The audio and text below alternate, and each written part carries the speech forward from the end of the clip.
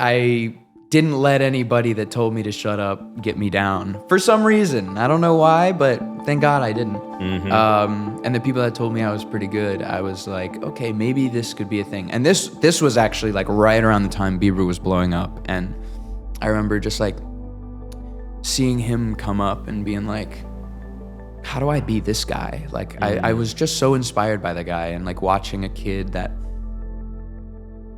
in a way kind of looked like me, kind of sounded like me, kind of dressed like me, blow up and do what he was doing. I was like, maybe this could be an avenue for me. So I wasn't taking it too seriously at first. Corbyn, welcome to From Vision to Creation. Thank you so much for taking the time to do this with me today. Yeah, thanks for having me. I'm excited. Yeah, I'm really excited that you're here because you have an incredibly inspiring story. You've founded a band at 17 years old, hit billions of streams, toured the world, and now you're starting your own solo era where you're combining smooth R&B with modern pop and working with some of the biggest people in the music industry. Yeah. So I'm really excited to like dive into your story and everything that led you to this moment. Yeah, cool. Thanks. When you put it that way, it sounds really sick. It is sick. I forget sometimes. So you were born in Dallas, but raised in Northern Virginia. How did your early life and upbringing contribute to your love for music? Oh man, so many ways. I think first of all, my mom is an incredible harp player. She plays the harp. She played for like 30 years, played as a kid, played for me and my siblings growing up. So that being a very unique instrument, I think kind of automatically brought music into my life at a young age. My dad was born and raised in New Orleans, Louisiana, which is a very, very cultural city. Music plays a very heavy role in people's lives there. So I think music is just kind of in my blood. So growing up, I guess my first taste of music was my parents forcing me to take piano lessons when I was in like kindergarten, first grade maybe. So like really young kid. And then because my grandma's a piano teacher, so I'm very glad they forced me to do that. At the time, I was stubborn, and I was like, I don't want to play the piano. I want to go outside and play hopscotch. Very thankful they did that. And then just growing up, music was like always around the house. When I turned like 12 or 13 years old, my parents got me my first electric guitar. Because at the time, me and my brother were playing a lot of Guitar Hero. Remember Guitar Hero 3 Legends of Rock? Oh, yeah. Yeah, it's like the classic one. So we were playing a bunch of that, and I think my parents saw it as an opportunity to kind of try to introduce like the next step of music into my life, because I had taken such a liking to it. And once I picked up guitar, it was kind of like the rest was history. And I read that you taught yourself how to play guitar. Is that right? Yeah. What motivated you to do that at 12 years old? Because that's not just something that like, oh, you pick it up a few times and you get it. Like you really have to dedicate some time to learn how to play. Yeah. I mean, I was spending a lot of time on YouTube. And I think part of my motivation at the time was like, oh, electric guitar is so cool. Like I'm going to get so many girls, whatever. But like at the same time, like, or I guess shortly after was around the time that like Bieber had started to blow up and Shawn Mendes had started making waves in the industry. And I had started to I had gotten an acoustic guitar at some point after having my electric guitar. And so I had kind of started to explore the idea of singing while I played. And, I think there were just like a number of motivators in my life. And I think I just grew up kind of creative. At the same time I was taking like computer science classes in high school, and I was taking art classes in middle and high school. So there was like a creative bone in my body that just got the right itch when I was playing guitar. And it felt like a productive and fun thing to do. And so I just fell in love with it. And I also heard you say that you started singing while you were playing Xbox Live. That was the first time you really started singing? Yeah, it's so weird. And so people were telling you like, hey man, you have a good voice. And so at what point were you like, hey, I actually kind of do? Yeah. It was like a mixture. So for context, I was singing on, I don't know if you ever grew up like playing Call of Duty or if you know about Call of Duty culture, but. Oh yeah, I have a brother who played Call of Duty my whole childhood. Okay, yeah. So it was either, how explicit is this podcast? If I say the word fuck? You can say whatever you want, yeah. Okay. Yeah, it's fine. It was either shut the fuck up or it was you actually sound pretty good. And so thankfully at that young age, I was probably 14 years old maybe, so probably shouldn't have been playing Call of Duty, but I didn't let anybody that told me to shut up get me down for some reason. I don't know why, but thank God I didn't. Mm-hmm. And the people that told me I was pretty good, I was like, okay, maybe this could be a thing. And this was actually like right around the time Bieber was blowing up. And I remember just like seeing him come up and being like, how do I be this guy? Like I was just so inspired by the guy and like watching a kid that in a way kind of looked like me, kind of sounded like me, kind of dressed like me, blow up and do what he was doing. I was like, maybe this could be an avenue for me. So I wasn't taking it too seriously at first. It was mostly having fun, and then eventually started live streaming and singing on live stream, just kind of as a Hail Mary kind of thing. And it ended up working out. And that's when I started realizing like, okay, this like might actually be a real thing for me. Another really cool thing about like the early part of your story that I heard you talk about was how your dad would secretly take you to open mic nights. Yeah. That he would secretly pack the guitar and be like, oh, we're going to go out to a movie or something. And then he'd be like, no, surprise, you're putting on a concert tonight. Yeah, that was so funny. And that's really cool because I feel like the typical thing that you hear when somebody tells their parents, like, I want to be a singer, they kind of discourage it and say, oh, it's not practical. Like, don't go into that. It's difficult. Yeah. But your dad was like, no, we're packing up the guitar. You're going to do it. Like, we're going to really support you. Yeah, I'm very grateful he did that because I think it prepared me for touring and for just like stage fright, which is such a common thing amongst all people.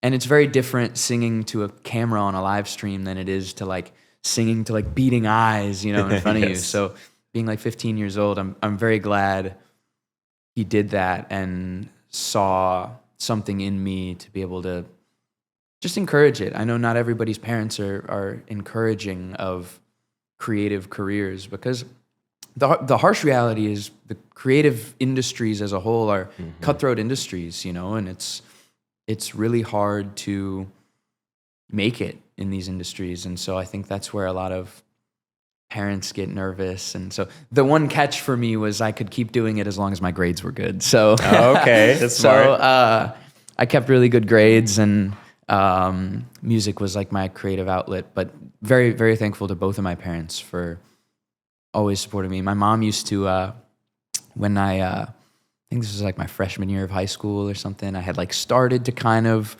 gain a following on social media and had like a core group of fans that were super stoked about me and my music. And I opened a P.O. box at one point, and they would send me like fan mail. And so my mom would always bring me to the post office to go pick up my fan mail. And my like first round of merch that I ever put out, my mom sat in the basement with me and like helped me pack up all the merch. I sold like 50 hoodies or something like that, something crazy. And she would like, help me go get the packaging and help me do all the printing and shipping labels. And so I had a lot of support from both of them. And it's really funny memories to look back on because at the time I was okay at singing, but I was nowhere near the best singer on the planet. So for them to like embrace it and like push me forward I'm very, very grateful for. And it honestly shaped me into who I am today as an artist, or at least was the foundation. Could not have done it without that. But there's something about performing for 20 people. Honestly, every artist probably says this, but performing for 20 people is so much scarier than performing for 20,000. I don't know what it is. Oh, interesting. But it's so much scarier. I think it's because you can like really see everybody, Yes. When I love that your parents were super supportive of you. I'm going to tell you something that I've never said before ever. Oh man. I wanted to be a singer when I was a kid. Oh really? But I'll preface this with I was not good. It was Okay. not in the cards for me. It's not my destiny to be a singer. I convinced my dad to take me to a vocal lesson one time, and the guy like just starts playing a random melody on the piano, and I start belting the Star Spangled Banner at the top of my lungs. And the guy was like, literally looked at my dad and was like, no. Oh, no. Yeah, like gave my dad his money back. He was like, this is not good. I'm so sorry that happened that way, but that's really funny.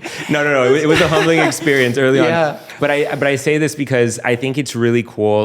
Well, first of all, I think the lesson is like, if you want to do something, whether or not you have the support of your family, you should still totally do it. But when you have the support of your family, it really is something super special. So I'm really glad that it worked out for you that way. That's awesome. Same. I couldn't have asked for a better way. And like I said earlier, I know it doesn't happen that way for everybody. And I wish it did, because I do think that there is so much untapped potential in like young talents that goes either unnoticed or just doesn't go all the way there because of outside variables. And I do think that the internet is a beautiful place for that, because even when I had the support from my parents, my parents were split for years before I started kind of getting into music.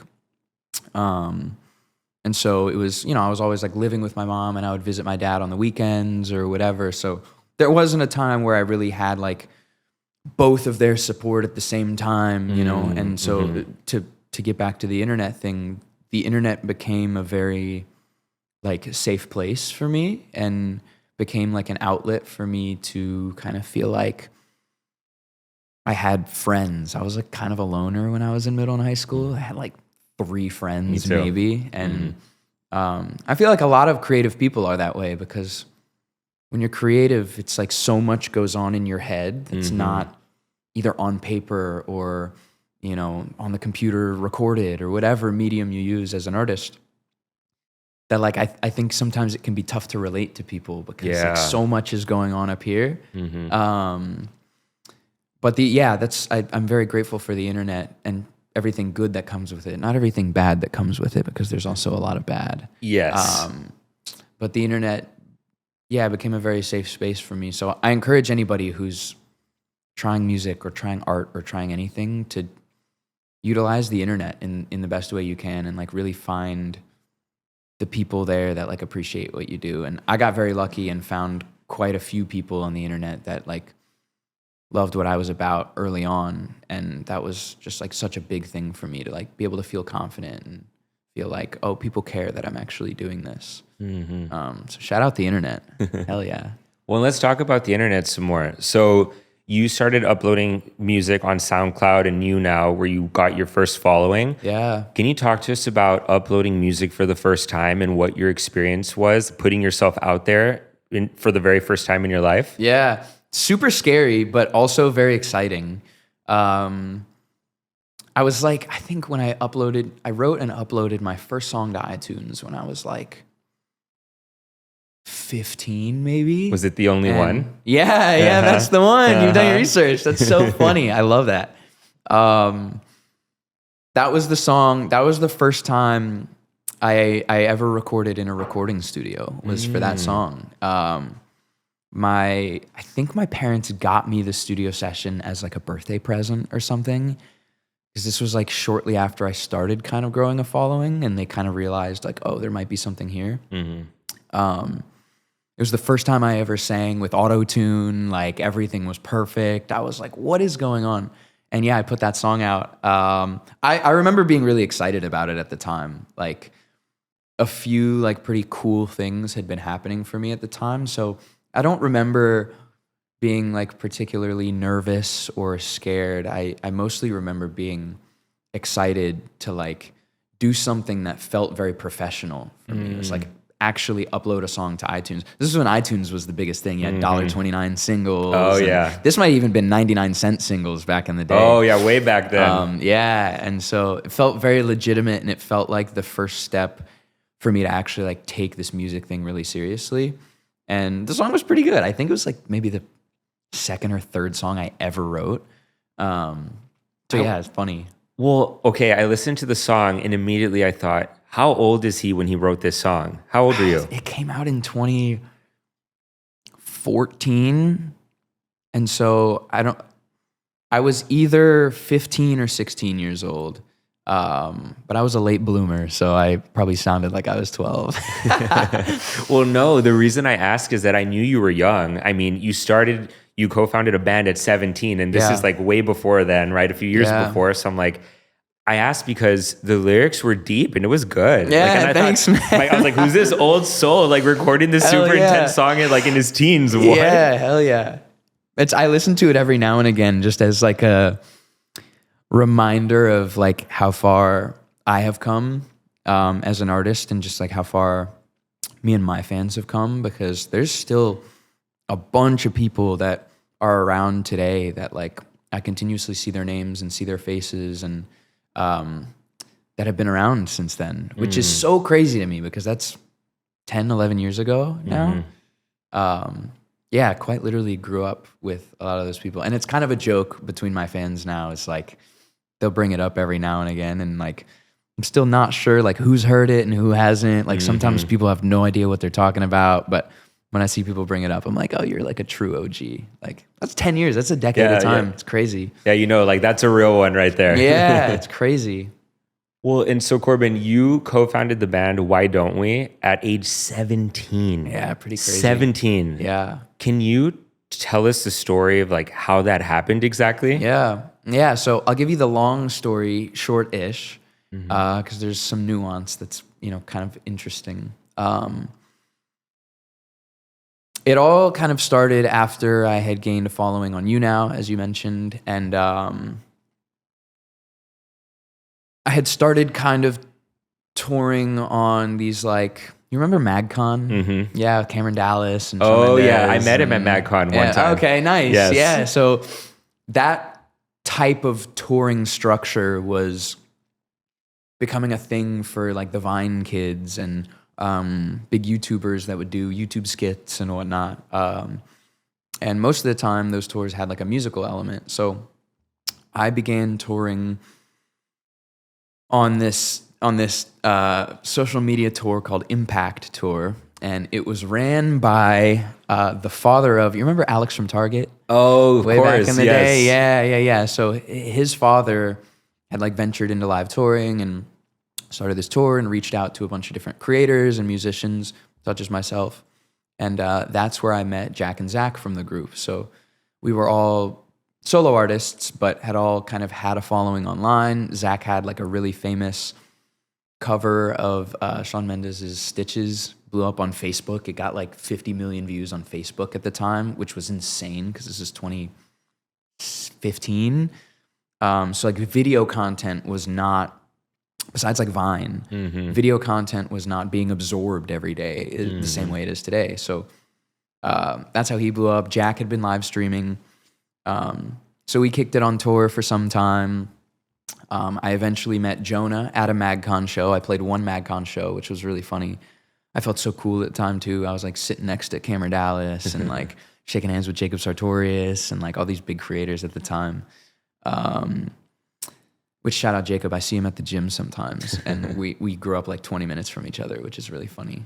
But yeah, I met Jonah there, and then I had seen Daniel on American Idol. When he auditioned, I remember my mom, so I lived on like the ground floor of our townhouse, so I was like connected to the garage. I didn't have a door or anything, but it was fine because I was like deep in there, I remember after Daniel's audition, my mom we used to all watch American Idol as a family, like over dinner and whatnot. But my mom came downstairs. She like sprinted down the stairs and she was like, Corbyn, you got to come see this kid on American Idol. He's so good. And he's like your age and whatever. Went all the way up to the third floor and watched his audition. And I remember tweeting him right after his audition, was like, yo, just saw your audition on American Idol. It'd be, you killed it. Like something like, it would be so cool to make music with you one day or something like that. And so eventually I got the call from Jack, and he was basically like, I know a guy who knows a guy that's trying to put together an American boy band, would you be interested?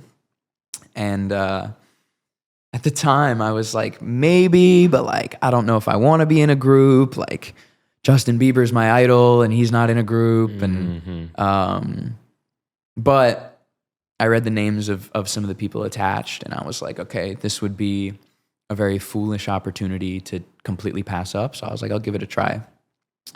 Met up with the guys here in LA, and rehearsed a few songs and did an audition for the guys that would eventually become our managers. And they loved it. And after that, we came back to LA in like September, like very end of September 2016. And when I was packing up my bags we were supposed to stay for like a month. So when I was packing up my bags to like get on the flight, my mom really didn't want me to go. She wanted me to go, but she didn't want me to go. She was like letting her 17-year-old kid go across the country to like pursue music is a big thing for her. And for me too at the time. But yeah, I remember packing my bags and getting on the plane, and I did not realize at the time that I was moving to LA. But once we got here, we just really never ended up going back. Oh, interesting. So, yeah, we'd go back to like visit and stuff, but it was like we'd be here for a month and then go home for like a week, and then be here for like 2 or 3 months, then go home for a week. So it was like, yeah, really moved here. Didn't realize I was, but moved here. Yeah. You know, it's funny because several people that have done this show have said that, like whether it be like New York City, Los Angeles, London, whatever, they've said, you know, we were going there on a trip and then it just so happened to turn into like where I stayed the rest of my life, which is so interesting. Yeah. When opportunity strikes, you know, and it works, it's a really beautiful, magical thing. So very, very grateful for it. And what did being a part of a boy band at such an early age that was experiencing a ton of success really quickly, what was that like for you personally, and what did it teach you about music? Oh man, taught me so many things about music and about life and friendship and the arts. Like, it's taught me everything that I know today. It was a hell of a ride, man. It was the first time that I had really been introduced to like hard work ethic. And it also was the first time I had really gotten a glimpse into like how cutthroat the music industry actually is. And how serious it can be. So, you know, coming out here, I was young, very impressionable, but just like, I've always been a sponge. So like having the opportunity to like do music in a very big and professional way at such an early age was like super eye-opening for me. But yeah, I mean, everything happened so fast. It was like one day I moved here with 2 suitcases, and then, you know, the next our Instagram has 1 million followers, and we're in Logan Paul's videos every day. And then next thing I know, we're doing our first world tour like a year in, and like 6 months into doing the group, we got our first record deal with Atlantic Records. It was like things were happening left and right. It was so crazy. But it was amazing, man. It was like so many like pinch me moments where like, you know, I would get in my bunk on the tour bus after almost every show and just like recount the day or like recount the show and just think to myself like, this is really my life. Like, this is crazy. And we put so much into it and got so much more out of it, which was a really amazing thing because, you know, I dedicated my life to it for many years, and to receive the love and support and the people coming to the shows and just also like making memories with those guys, like I will cherish those years for the rest of my life. They were some of the best. It's like dream come true stuff. It was like very weird. It was like, how is this actually happening? Do you have any like crazy stories from being on tour? Oh, so many, man. A few for off camera, and Okay.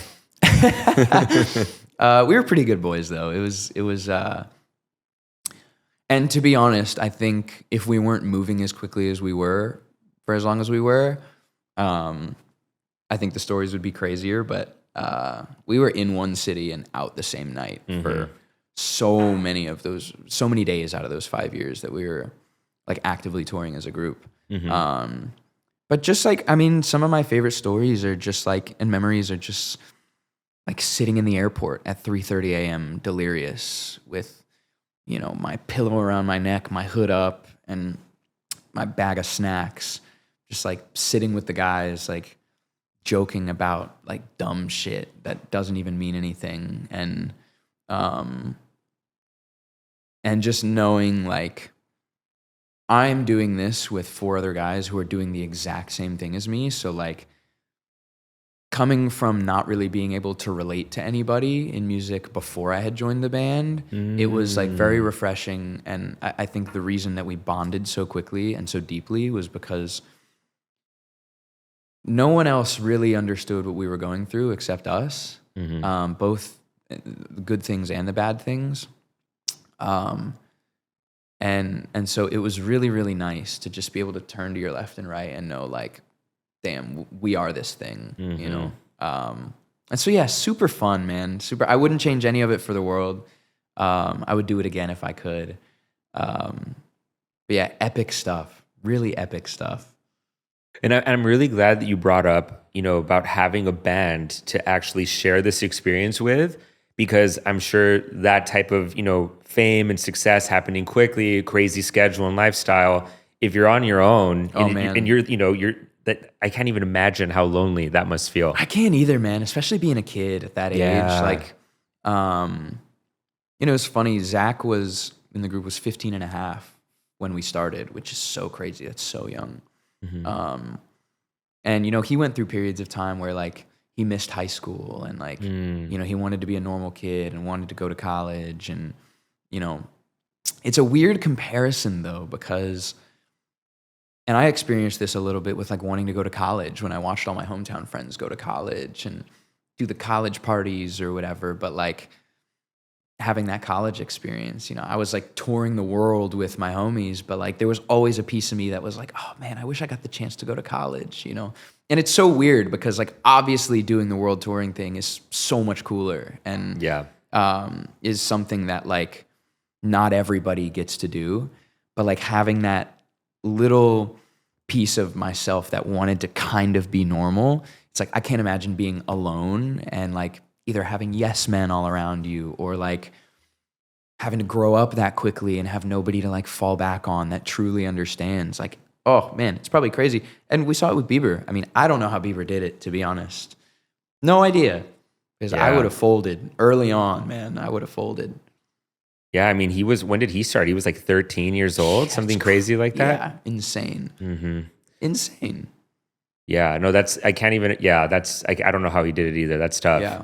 One thing that I want to talk to you about is you talk about how at a certain point in the band, you guys weren't able to make music shortly before the band ended because of contractual obligation, or I don't even know if it was like a legal battle of some kind. Yeah. Can you talk to us about what that experience was like and how this led to your solo era?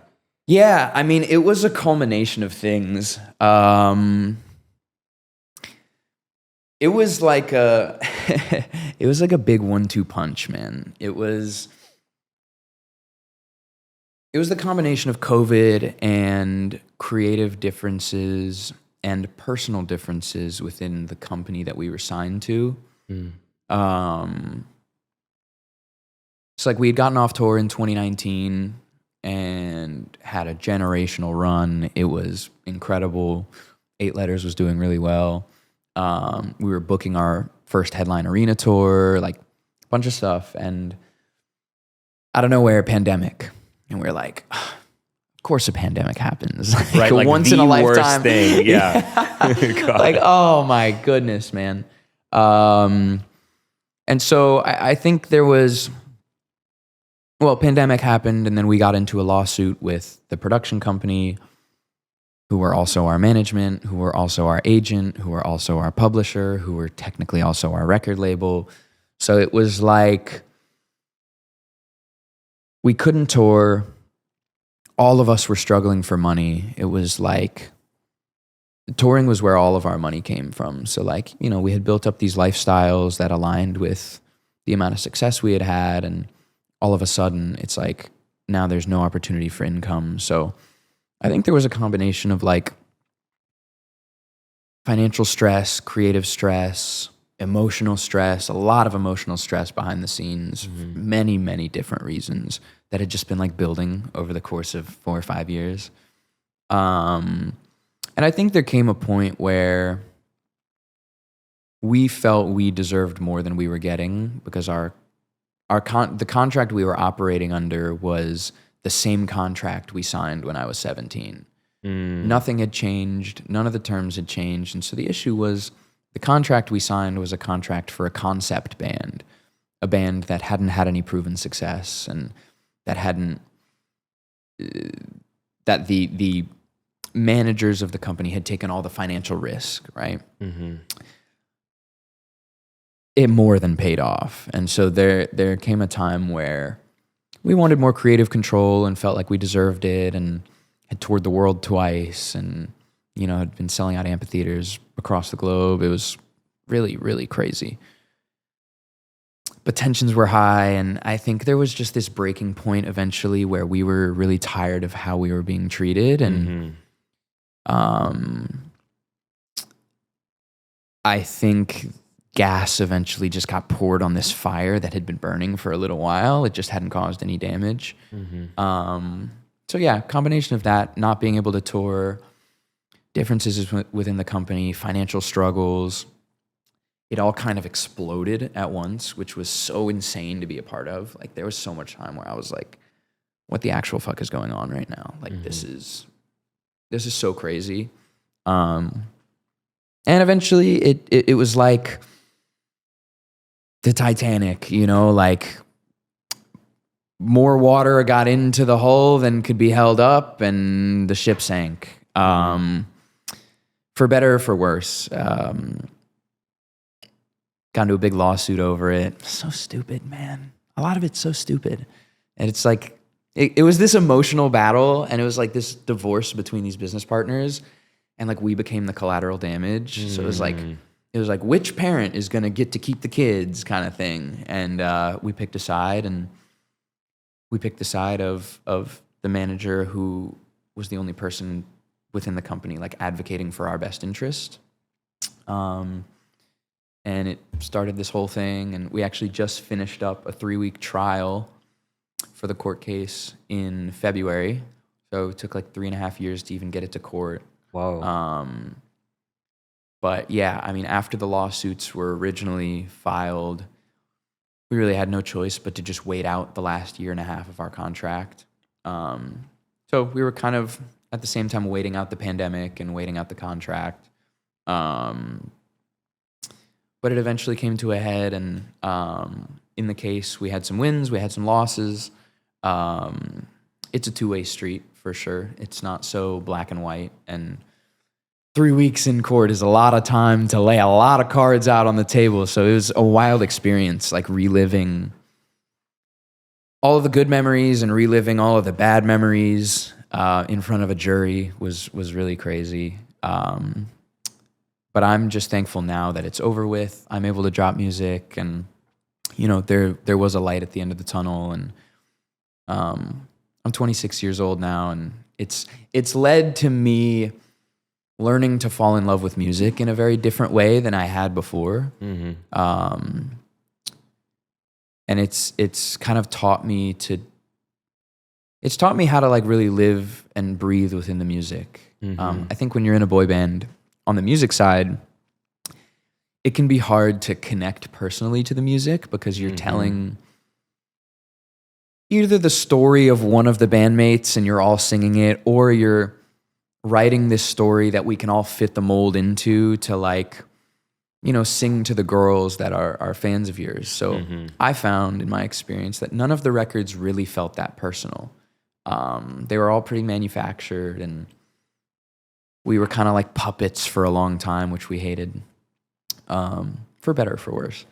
And so like being on the other side of this whole thing now and making music for myself that I love has been an entirely different experience than it was being in the group. And in some ways a bit more fulfilling. The the one element that I'm missing that I'm very excited to get to either later this year or at the top of next year is just getting back out on the road. Because the biggest connection point for me in the group was like, we were playing like 250 shows a year. So it was like this constant connection with the people sitting on the other side of that barricade, or like the people walking through the meet and greet line and like telling you their stories, and like really being able to have that human connection was like the biggest and coolest thing about being in the band, was just constantly being in front of people. And I haven't really done that as a solo artist yet. So I think it's going to be different. I'm nervous for it, but I'm excited for it. And I'm just trying to make music now that feels right to me, but also feels really good, because I want the show to be a party. I want it to be just a place where, kind of similar to what it was for a lot of our fans in the group, like a place where people can come to just forget about all their problems for 3 hours and make memories with their best friends. And I'm making music that I hope will do that for people. It's done it for me so far, so hopefully it extends beyond that. Well, first of all, your music's amazing. Thank and I'm you. not just saying that. I Thank really you. do love it. I've been listening to it a lot lately. Thank you. I appreciate that. But also one thing I want to kind of circle back to is, so I feel like a lot of these legal disputes happen, but nobody really talks about the emotional side. Everyone's just like so caught up with the, the headlines and the legality of it all, but nobody really sit back and think, how is this affecting the people involved? Yeah. And so I'd imagine that going through something like this, especially as an artist, you have to do a lot of soul searching, reflection, and which I bet contributed to you to be able to write songs where like you're so in touch with your emotions and stuff that feels true to you. Yeah, for sure. Going through court was a very emotional experience. Also, low-key, super boring for a lot of it. I mean, it's like, it's so much like lawyer speak, and shout out to lawyers, because any lawyers watching this, I don't know how you do what you do, but it's beautiful. Any litigators out there, watching litigation is so crazy. I had never experienced it before. And we were very, very blessed to have one of the best entertainment lawyers there has ever been on our case, and on our side. His name's Howard King. If he ends up watching this, shout out Howard. He has a team as well that we're all there, and I love them very much. But watching litigation is an art form, bro. It was like, I was sitting back there and like trying to find something to like do so I don't fall asleep. You're not really supposed to be on your phone. I'm like dressed in this tight, sweaty suit in the courtroom, whatever.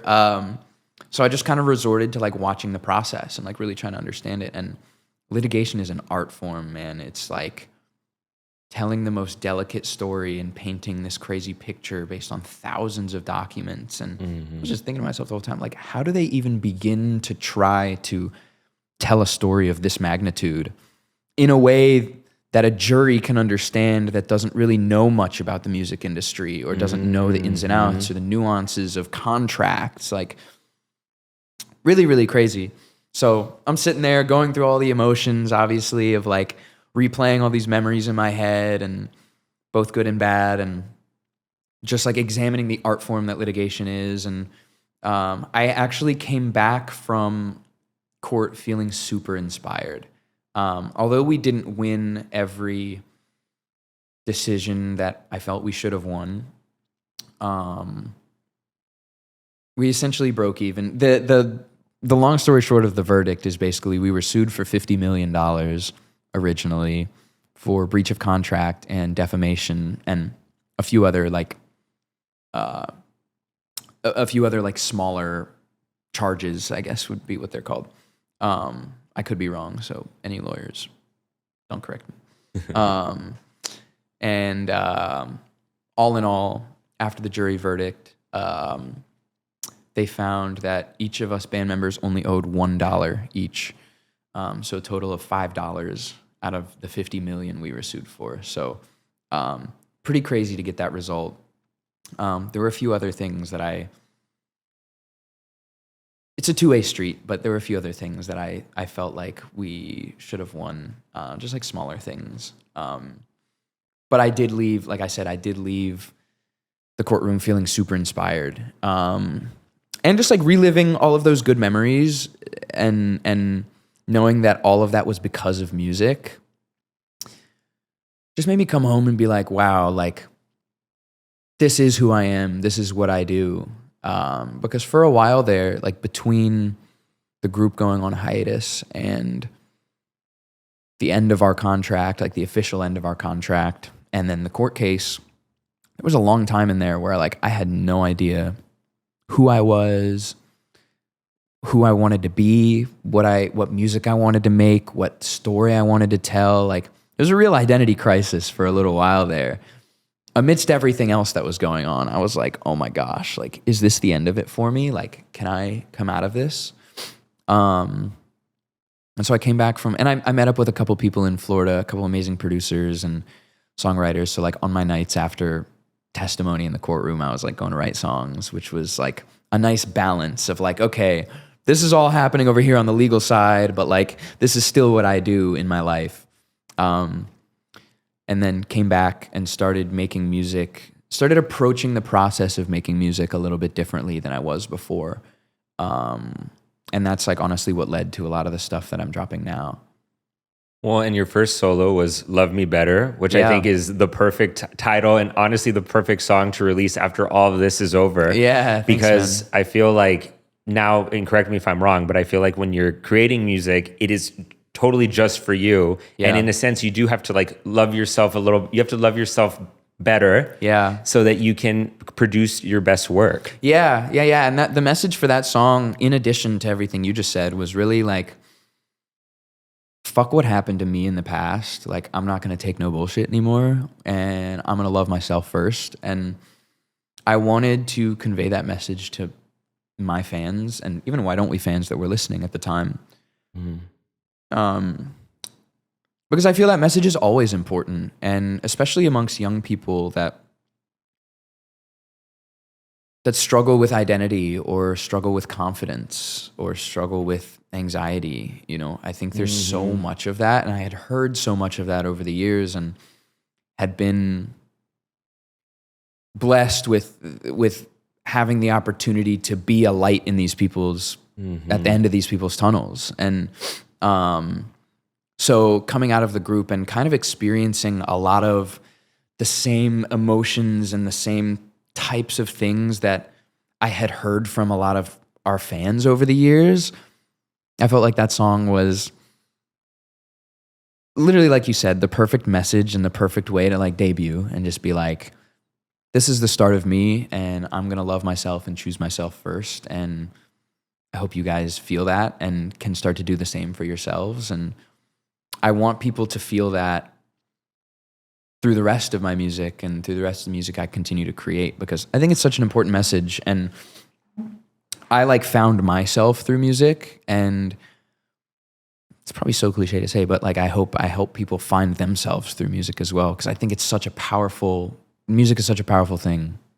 No, and music fans know that, but it's incredible. No, it's so true. And I really love that you're so open about this, because I feel like guys, for whatever reason, for the most part, don't want to talk about like mental health or their emotions, things that they're going through. But I mean, maybe because you want to see more macho or something. For sure. But that's like, so boring and so lame because we all experience this. Yeah. So it's super cool that somebody like you is like so open about it. Yeah, hell yeah. Thanks for saying that. I think men should be. I think it's like, it's a stigma thing, you know, and it's like a societal norm thing.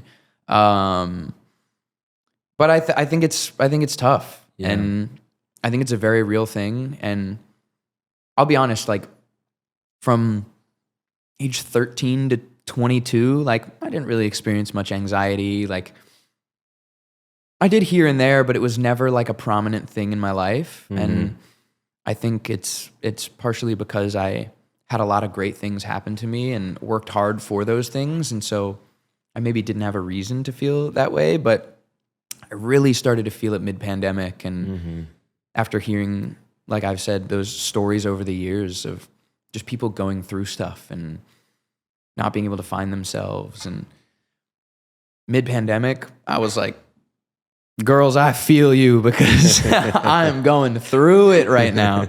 So I just want to make feel good music, man. I think there's always a time and a place for like a beautiful, heartfelt ballad. But right now I'm in this mode in my life where like I just want feel good music, and that's like my goal. I want to get people dancing. I don't think enough people are dancing these days, man. We need to get people up, moving their hips, moving their feet.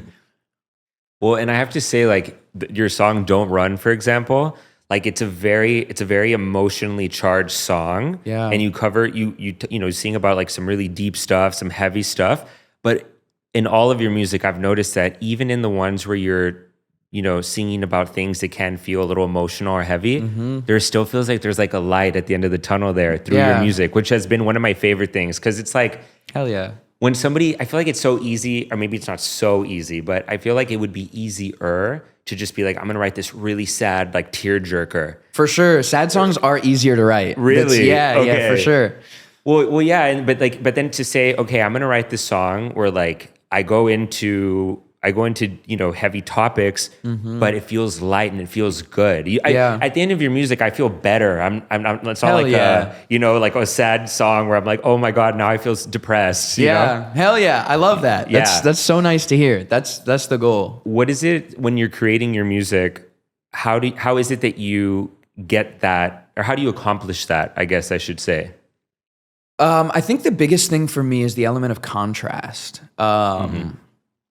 I think the first year of making music for myself, before even really dropping anything, was a lot of like experimentation and figuring out where I wanted to push the envelope and where I wanted to hold back. And even on the technical side, like finding soundscapes and overall sonic palettes that work for me and my voice and my cadence. And there's like super technical stuff, but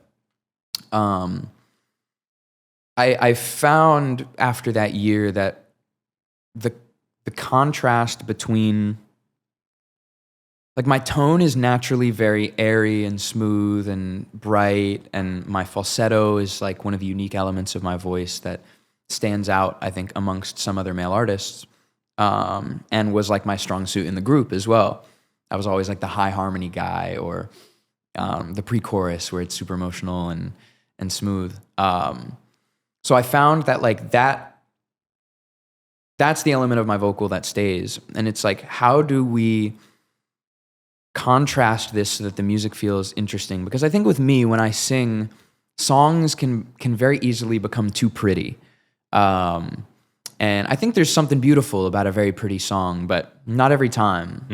You can't do it over and over and over again, because contrast is what like ignites the brain to keep listening, and it's what makes things interesting. So with a song like Don't Run, for example, it was like, okay, I'm singing about this relationship that I'm falling out of and don't want it to end.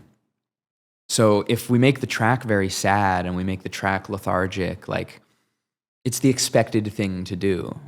So with Don't Run specifically, it was like, okay, if this is the message of the track, let's make the track energetic and like thumpy, and let's make the drums hard and really saturate them and make them loud so that they punch through the mix.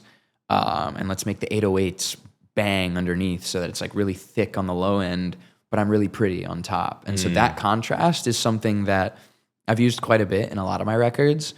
And so far it's seemed to work out. But it's one of those things that I found within my artistry after like trying so many different things. And I was like, okay, this is a consistent and this works. And I'm going to keep trying to do this in whatever way makes sense to me or feels right. But yeah, I think the element of contrast is huge. And Corbyn, so your new single, Summer, with Jeremih, just came out. It's amazing. Yeah, thank you. Can you talk to us about like what inspired that track? Yeah, so this song, this is just a feel-good record. And getting Jeremih on it was kind of last minute, but amazing. And so I recorded this song originally back in like August of last year, and it was the first song that I had worked on with this producer named Tenrock, who's incredible, and pretty much every single that I'm dropping this year has been with Tenrock. He just did the Chris Brown record. He does a bunch of the stuff with Bellion. He did the Rihanna Smurfs record, which was crazy. He's an incredible talent. Yeah, so the first time I met him, actually, he came to my house straight from the airport. He's from New York. And he pulls up straight to my house, straight from the airport, which I was like, that's fire. Like, I didn't expect him to. Like, he could have gone back to his hotel, put his bags down. Like, you take your time, my bro. But he pulled up. He was excited to work. And we were just, like, kicking it, small talk, getting to know each other. And we started listening to music. And this song was the first song he played me. And I was like, bro, that's the first song you're going to play me right now? Like, that's a fire record. And I immediately in that moment, I knew that we were going to make some crazy music together. Just because when you start strong with a song like that, I was like, you usually don't play your best stuff first. And he played me some other records that were crazy, that weren't really like my style at the time. But I was like, bro, I have to record this. And so that night, we just recorded my demo of the song. The demo sat untouched for a while because him and I linked back up in like September and October. And that's where we wrote Tied Up, which is a song I dropped earlier this year. And a bunch of other songs that are coming out over the course of this year. And working with him was like I had the creative breakthrough that I was looking for as an artist working with Ten Rock. We got in the studio and he just like wanted to push the boundary of like what was possible with me as an artist. And I wanted to push the boundary too, but just hadn't had the right team around me at the time, I think, to like push it in the way that I needed it to be pushed. And also I was really used to like being comfortable. Like, I think going out of your comfort zone in a creative setting can be scary because you want everything to be great. And sometimes you just actually don't know how to go out of your comfort zone because everything you do is so in what feels right to you in the moment. But like sometimes that little extra push from somebody else that comes in and is like, hey, try this, that you would have never thought of, is the thing that ends up being the spark that lights the flame for you to try some other shit. So that's what happened with Ten Rock, and Tied Up was like the first record that came from that. So we did Tied Up, and then eventually came back to Summer because we were like, yo, this record was the first song that we recorded together, but like, and we weren't sure at the time if it was going to fit the rest of the stuff, but we played it and listened to it together with the rest of the stuff that we had made, and like, yo, this record's actually really fire. So then my A&R, Brandon, had the idea to put Jeremih on it, and I was like, if you can get Jeremih on it, that would be crazy. I've been a fan of his for so many years. He's like one of the legendary R&B artists of our time. Weeks had gone by. Eventually I get the call one morning and it was, hey, Jeremih, cut the second verse. And I was like, for real? Like, he actually did? That's crazy. I think I was playing Fortnite at the time or something. I think I was playing Fortnite, and my A&R called me and he's like, I just sent you the file, listen to it. And I was like, for real? I listened to it, he cut the second verse, and I was like, oh, this is so good. I was like, but I need him to cut the pre-chorus because the pre-chorus is so fire and the verse is short, and as soon as I'm feeling him on the record, it's back to me. And I was like, I want to give him more of a moment. Like, he needs to cut the pre-chorus. And so we got around to cutting the pre-chorus. I like went to his house and we were recording, and he nails it so quick every time. We did like 10 takes maybe. And for comparison, I cut a lot of my own vocals when I can because I'm like a control freak in that way. So like, I record and arrange and comp and do all my own vocals. And like sometimes I'll do like 100 takes on a verse and like really pick it apart and try to find the best word from each section, and like, or I'll take the first 25 takes like getting used to singing it. And like trying to figure out where the inflections should be, or like how to pronounce the vowel sounds, or if it should be long S's or short S's. Like so many like minute details, which is the beautiful thing about vocal production in my experience. But bro ran through the pre-chorus in like 10 takes. And then I was at his house for like 30 minutes. Oh my God. And and I was like, all right, bro, like we're going to comp this and we're good. We're good. And so went back, comped it, put it together. He did some ad libs on the very last chorus, and the rest was history. So, we got Jeremih on the record, which is so fire. He sounds so good. His tone is crazy. It's one of those that like as soon as he comes on, you automatically know who's singing. Oh yeah, for sure. So good, so good. And I wanted to ask you about this because I've always been I always like to ask, especially musicians, this: when do you know when a track is done? Oh, it's so hard. I'm the wrong person to ask about this because nobody ever gives me a straight answer. My A&R and my manager are always hounding me because I'm the type of artist that like I'll never think the song is done, even when it is done. And so my manager and my A&R get onto me sometime because they're like, how many more mix notes are you going to send, man? The song sounds great. And I'm like, but the hi-hat right here could come down just a little bit. And it's like, no one's going to notice that, bro. And I'm like, I know you're right, but like, I noticed it. I noticed, yeah. So I'm working on letting go. It's like one of my mottos this year, I think, is like learning to let go. And so I've gotten a little bit better at knowing when a song is done. And I think for me, this is so funny. I've never told anybody this before.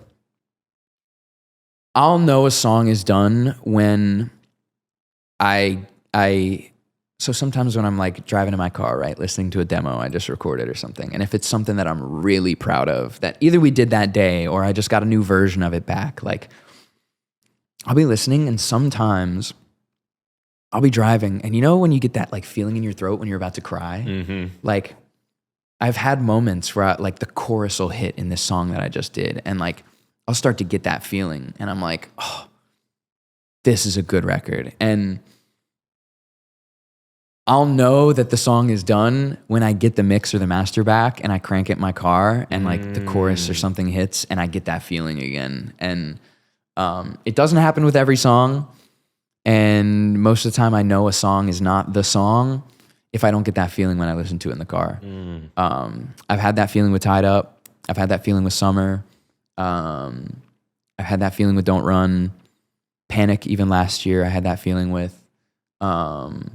And a few more of the records I'm dropping this year, I've all had the feeling with. And that's like when I know a record is right and that I need to drop it, is when I get that. Because it's like an overwhelming feeling in your body where it's like, okay, this is more than just like, I like this song. There's like something in this song that's like pulling something out of me. It's like tapping into something different entirely. Like its own, becomes its own thing, force of nature. So if you ever drive by me somewhere on the highway and I'm like sobbing in my car, but there's like a banging song playing, just know I'm probably dropping it soon. Well, and speaking of which, your debut EP is gonna be released sometime later this year. Yeah. Can you kind of tell us what we can expect to hear? Yeah. So this EP is gonna be fire. First of all, I'm probably biased because I love listening to my own music. I know that sounds conceited, but like I only try to make music that I love. And so I think there's like an interesting connection between, I know some artists don't like listening to their own music. And I feel like that's a hump that maybe you eventually get over. But I feel like if I'm not making music that I want to listen to all the time, then I'm either not making good music or I'm not making music that's right for me. And I think like I'll go through New Music Friday sometimes and like, or like add a few songs to my playlist and I'll just want to turn on my demos. And like when I want to listen to my song over and over, that's when I know. So that's why I say that the EP is going to be really, really good. And I'm biased again, but there's going to be flavors of R&B for sure. It'll definitely be pop. There's going to be some like Y2K 2000s feel. Throwing it back to like the Timberlake days. The first CD I ever owned was Future Sex Love Sounds, Timberlake. And my dad, I shouldn't admit this, but my dad burned it onto a CD and gave it to me as a gift. So, but police, don't come looking for me or my father. But that was the first CD I owned, so I'm definitely pulling some inspiration from that. That was like the first real music that I like fell in love with, was that album. So pulling influence from Timberlake, definitely some Bieber influence. But yeah, it's like, it's pop with some R&B flavor, a lot of emphasis on the drums, heavy low end, but overall just like feel good music. And I'm very, very excited for it because I'm really proud of all the stuff that's going to be on it. And I think I have it finished already. I'm always making new stuff, so maybe something will get swapped out, but the songs that I'm planning to put on it are all songs that I'm extremely proud of, and they're the best music I've ever made. And I think people are going to see and hear and feel like a side of me through the music that they haven't felt before. There's gonna be opportunity to dance. The stuff is gonna be up tempo, so you'll see me dancing quite a bit more. And it's just good stuff. I'm so excited to put it out. I don't want to wait any longer, but like I got to do the rollouts, and gotta do the thing, got to get the marketing budget, the whole thing. Some more car sessions. Got to perfect everything. Yeah. I got to get the mix notes right. Yes. But I'm very excited. And what's been the most liberating part about stepping into your own artistic identity? I think everything about it has been liberating. The most liberating, though, I think, is letting the music come straight from me and having people ask my opinion. And everybody that's worked on these records and has had a hand in them, the final say always the final head turn is always to me. Like, do you like this? And I never really had that in the group. Sometimes, but I think that's a reason I never really connected with it. And so now, really having so much of a hand in what I want to say and how I want it to sound like and what I want to look like in the video. And it's like, I've never felt more like myself, which has been super liberating. Also high pressure, because I want to make sure it's great and I want to make sure it comes out right. And I want the people to love it. And, but it just feels good to love music, man. And it feels good to love music in the way that I do now, because it's very different than it was. And I never thought that I would connect with music like this. So having everything that's gone down in my life and in my music career so far lead to this point, I think it was just meant to be. And I wouldn't change any of it. And what's been the most important lesson you've learned so far? Read the fine print is one of them. Shots. That's definitely one of them on an actual serious note. But I think the most important lesson that I've learned so far is, and I think this applies to music and to just life in general, is just be kind. I think so much of what's happened for me in my life is because I'm kind to people. I'm a very non-confrontational person, so I don't like beefing with anybody, so I try not to beef with anybody if I don't have to. But I also think, like, in the universe and in the world, you get what you give. And I think it's so easy to just be kind. And some of the greatest opportunities that I've had have come from just being a genuine, nice person and looking for happiness in little things and looking for happiness in being kind to other people. Being kind is one of the most fulfilling and happiest things that I get to do. It makes me so happy to be nice. And I know it's not that way for everybody, but for all you meanies out there, try being nice. It actually feels pretty damn good. So yeah, just be kind. I think that's also a very important thing for the times we're living in right now. There's a lot of division, and understandably so. I mean, it's fucking crazy out there right now. But kindness brings people together, and music brings people together. And I think those two together make for a beautiful painting. So metaphoric. Wow. Yeah. And what advice would you give to young artists who are trying to find their voice? Keep pushing. Music is one of those things that feels like an endless void of trying and failing, and it is a crazy place. The music industry is an insane place, but I think the biggest thing you can do for yourself is get to a point where you are proud of your accomplishments before you do it for anybody else. And I know I've been there before where I wasn't, and I know it can feel like that will never happen. If you keep pushing, there will be a breakthrough moment where you'll be like, oh wow, like I actually killed that, or like I actually am really good. And I think hold on to that and push, because if you're truly great and good at what you do, and you write good songs and you love music and you're kind to people, your time will come. Great music always finds a home. It does. It really does. So yeah, just keep pushing.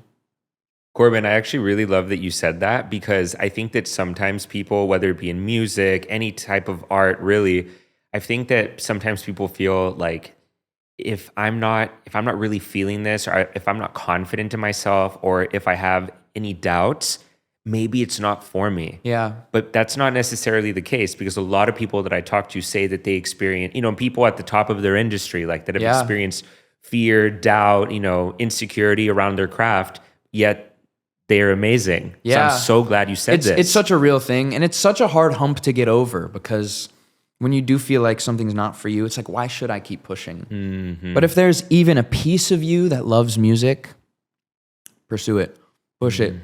And I think another thing that kind of goes unsaid, but I think is super true, is really hone your craft, like practice, learn instruments, do 30-minute vocal warm-ups on YouTube every day. Even if you sound like shit, go on YouTube, look up pitch accuracy vocal lessons. I've done a million of these, and like they actually make you a better singer. And when you are good at what you do on the technical side, you'll feel better about yourself and about what you do on the creative side. It's those two things go hand in hand. So I don't think there's a magical button that you can push to just like be confident. I think like it takes getting up and being like, you know what, I'm going to do this today, even though I don't feel like it. Or even if I think I'm not good, like I'm going to try and I'm going to practice and I'm going to push through the shitty things, because one day it'll click, it'll connect. I guarantee you it will. Just push, keep pushing. Where can people keep up with your music and keep up with everything that you're doing? Yeah, so all of my socials are Corbyn Besson, at Corbyn Besson. That's Corbyn with a Y, Corbyn. And I'm on Spotify, Apple Music, everywhere that you can listen to music, you'll find my stuff.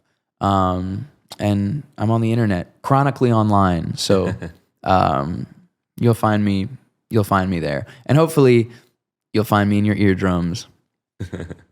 And Corbyn, if you could go back in time and offer your younger self one bit of advice right before you embarked on this specific journey, specifically for you, maybe back to the kid that was singing on Xbox Live. Oh yeah.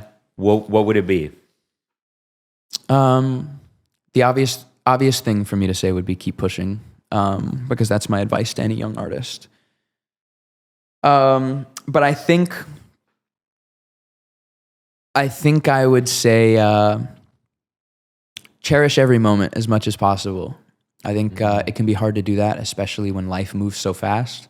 But there's a lot of moments in my career and in my life thus far, that I wish I would have taken a little bit longer to just take in and appreciate the moment.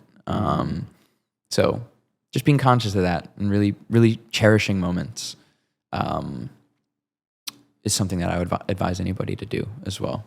Especially young people. Got a lot of time ahead of you. Make sure you cherish your moments. They come and go. They really do. Being 26 now, I'm like, 17 to 25 happened so fast, man. Yeah. Like, where did all the time go? Like, oh my gosh. So, yeah. Well, Corbyn, thank you so much for doing this. This was amazing. I really appreciate your time. Yeah, thanks for having me. This was great. Appreciate it.